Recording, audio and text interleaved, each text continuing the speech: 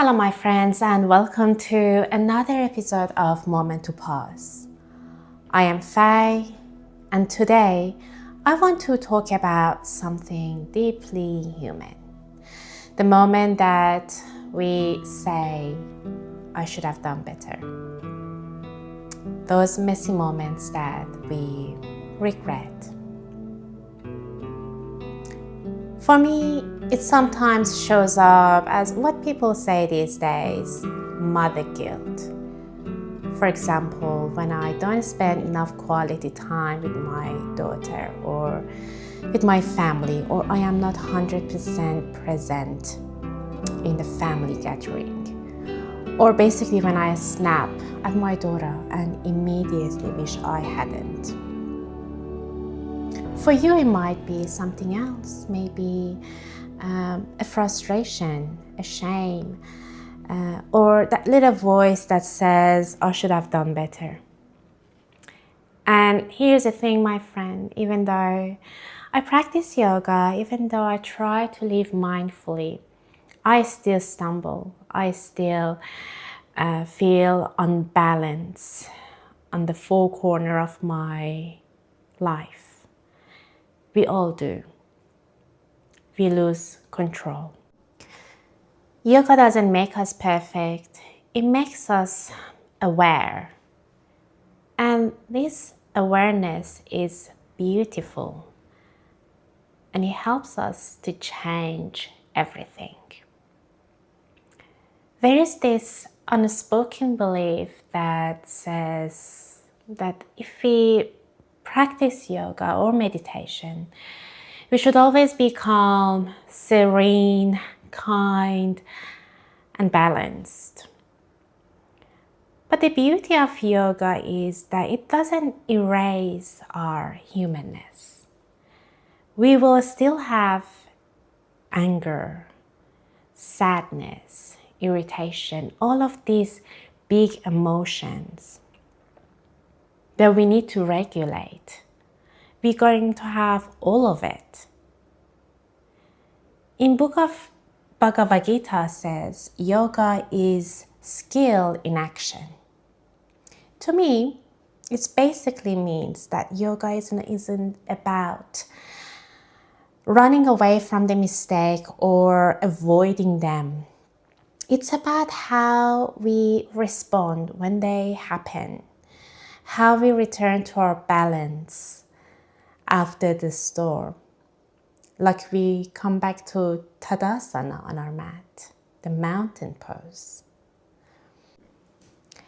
And this is where the 8 limbs of yoga comes in action for me.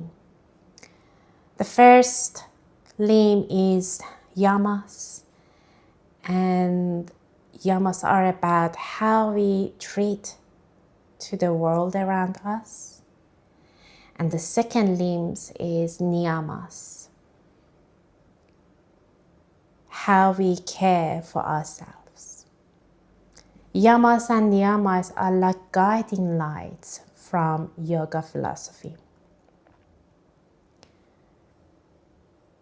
So when those moments of regret, when I feel like I am unbalanced or I start repeating the mistakes, replaying it in my head over and over, instead of punish myself over and over anytime I remember that mistake, I question myself, I allow myself to be curious. I bring yamas and niyamas in my head and in my soul and in my life just to find out, am I practicing ahimsa, the non-harm, in the way I speak to myself? Can I find contentment, santosha, in knowing this messy moment is part of a life? And basically it happens in the past. What can I learn about myself in this very moment, which is the practice of self-study, the svādhyāya. And my friends, these little questions, the little curiosity, it will shift guilt into growth.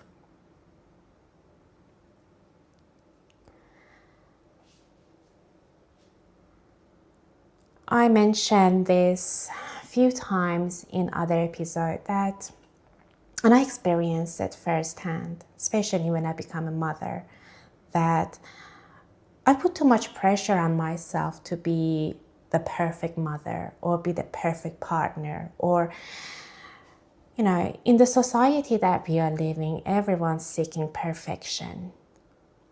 And talking about perfection makes me think of my own journey, not only as a mother, but also in this new path that I'm taking as a podcaster. This podcast is like my little child too. And not only this podcast is growing like my little child, I am growing with it as well. But of course, I have fears. I know that where my weaknesses are. And so many times I decided to hold off. English isn't my first language. Sometimes I worry about how I sound. Do I have so much accent? If I'm using the right words at the right time in the right sentence? If people will notice my mistakes? Honestly, it happens, as I said so many times, that once I finish my recordings, I just wanted to go back and deleted it. And I had this voice in me that, Fay, that was another failure. But then immediately, I start practicing my yoga. The 8 limbs of yoga comes in handy in this scenario.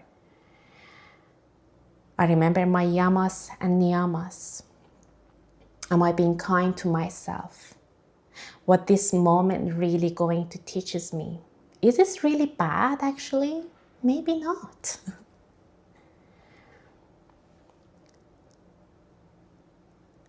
And the teaching of yoga is so beautiful and so gentle that even though it's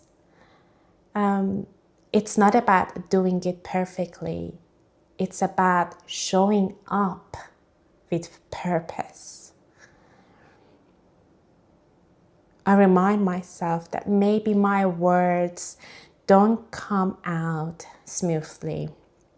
Maybe I need to practice 10,000 times, write so many times to make my sentences nice and correct. But maybe they still help someone. Maybe they spark a thought or lighten someone's heart. And remind them they are not alone. And it's a great reminder for myself too. And to me, this is enough. This is my practice of self-study. Noticing my inner critics, noticing my pattern. Sometimes I need to remind myself to slow down. Take a deep breath. You will be fine. And other times when excitement happens, you will see this when I interview someone in the show, that I am super excited, that I start like talking super fast. The excitement really takes over and I lose control and I absolutely rush ahead.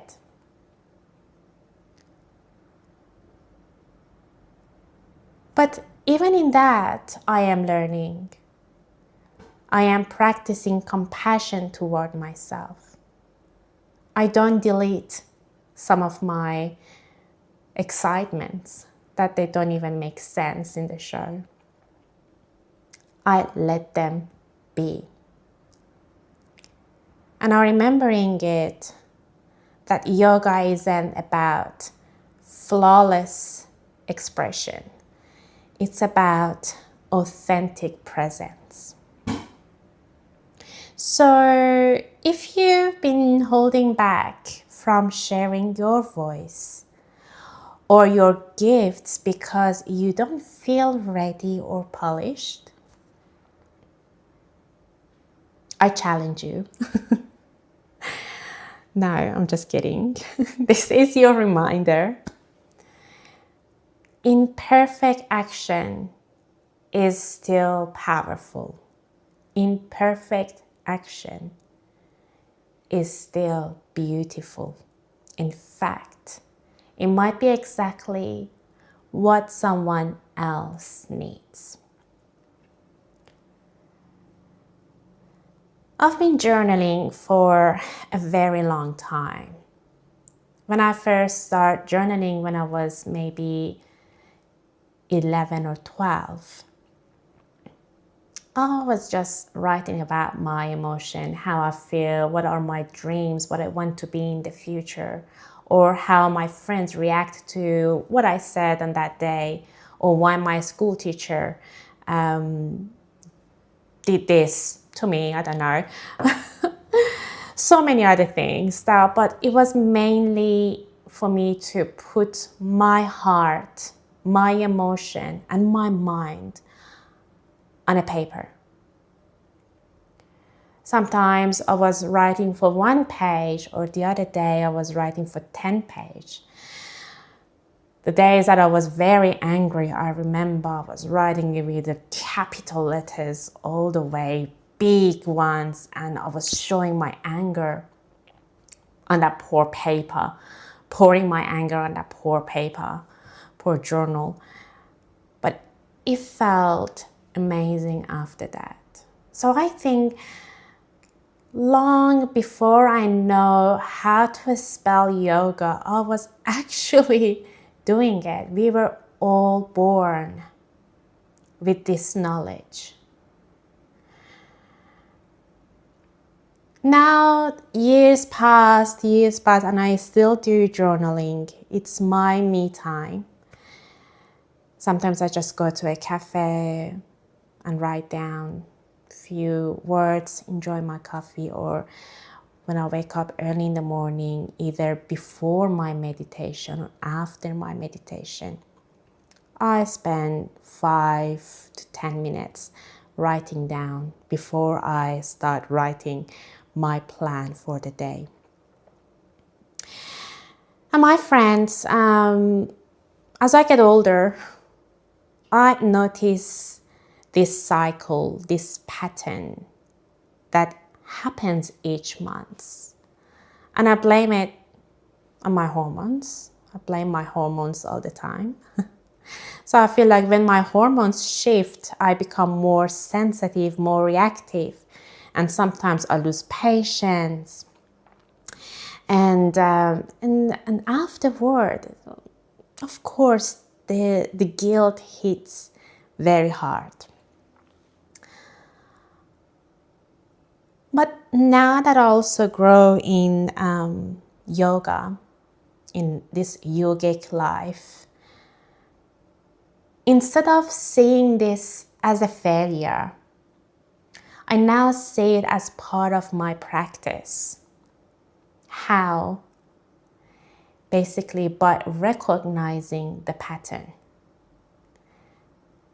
being aware of this pattern, so I can prepare the tools to soften the edges. And not only to prepare myself for it, but also let other people around me, like my partner, like my daughter, like my mom, or my family, that in this period I need some quiet time. Or just let me be. Or you know what, if I say something, don't take it personally. It's not me, it's my hormones. And I can remind myself that this is temporary. Don't judge yourself, Fay. You are not that bad person as you think you are.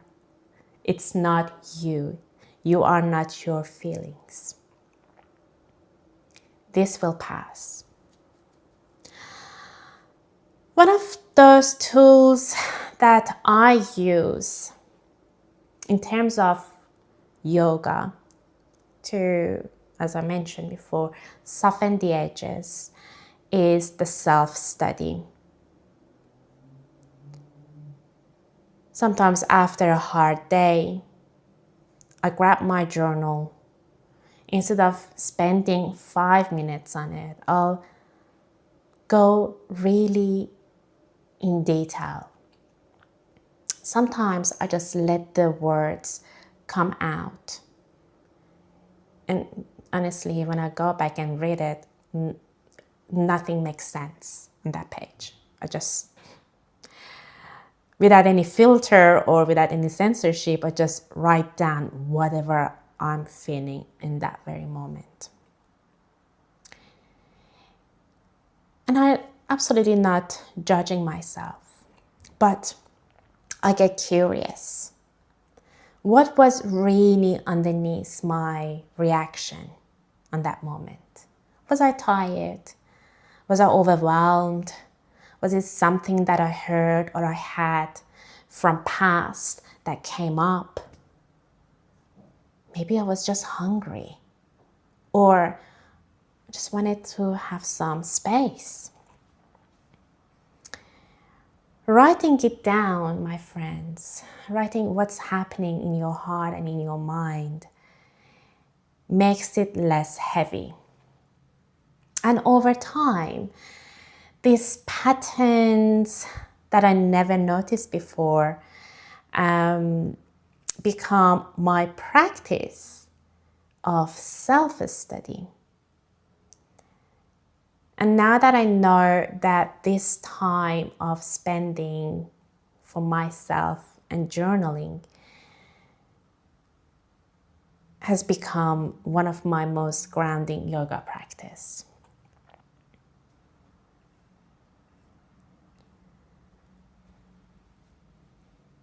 When I was younger, I'm talking about maybe a decade ago, don't laugh at me,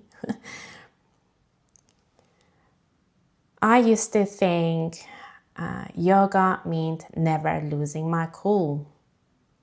Now I see that yoga shows up after the outburst, when I pause to take a breath, when I apologize easily, when I forgive myself faster. The Yoga Sutras of Patanjali says yoga is the cessation of the fluctuation of the mind. Those fluctuations, my friend, the ups and downs, they don't disappear. They are part of being human. But yoga teaches us how to sit right in the middle of those fluctuations without being swept away. And here, another yama speaks to me, which is the brahmacharya, often described as moderation or right use of energy. When I keep replaying a mistake in my head, am I pouring energy into guilt that doesn't serve me? So why am I using my energy to drain myself instead of redirecting that same energy toward connecting, creating, and maybe resting? This way, life feels lighter. That's yoga in action. Whatever the emotion, yoga invites us to pause, to breathe, and remember, I am not my feelings. I am the one who witnesses them. And maybe, just maybe, you can meet that moment with santosha, the contentment. Contentment doesn't mean that pretending everything is fine. We don't need to pretend. That's not being authentic. It means being willing to sit with what is, without rushing to fix it or push it away. And I love this quote from Rumi that it says, I love it, try not to resist the changes that comes your way. Instead, let life live through you, and do not worry that your life is turning upside down. How do you know the side you are used to is better than the one to come? That reminds me that even in guilt, regret, or anger, frustration, there is possibility. There is growth. Now, my dear friend, it's that time of the show that we take a little pause together. If it feels safe, close your eyes. Sit comfortably, letting your spine grow tall but soft. Place one hand over your heart and maybe the other on your belly. Take a deep inhale through the nose and a long exhale through the mouth. Two more, just like that. Filling up and letting go. One more.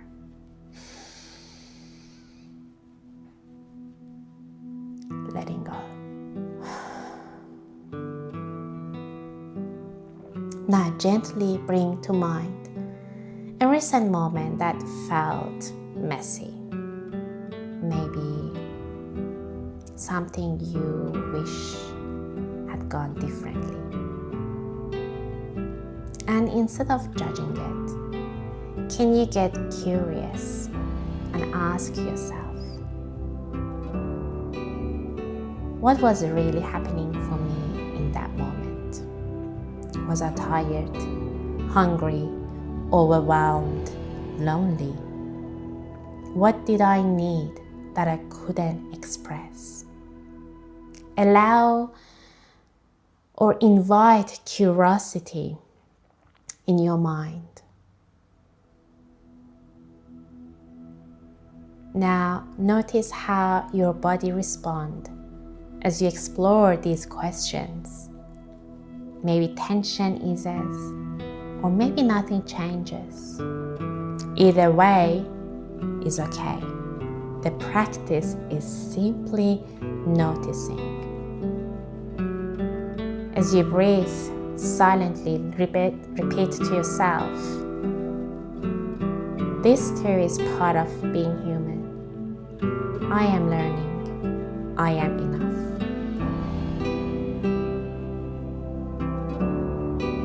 Now let's shift. Imagine redirecting your energy. Instead of replaying the mistake, imagine channeling it into something nourishing. Maybe a creative spark, maybe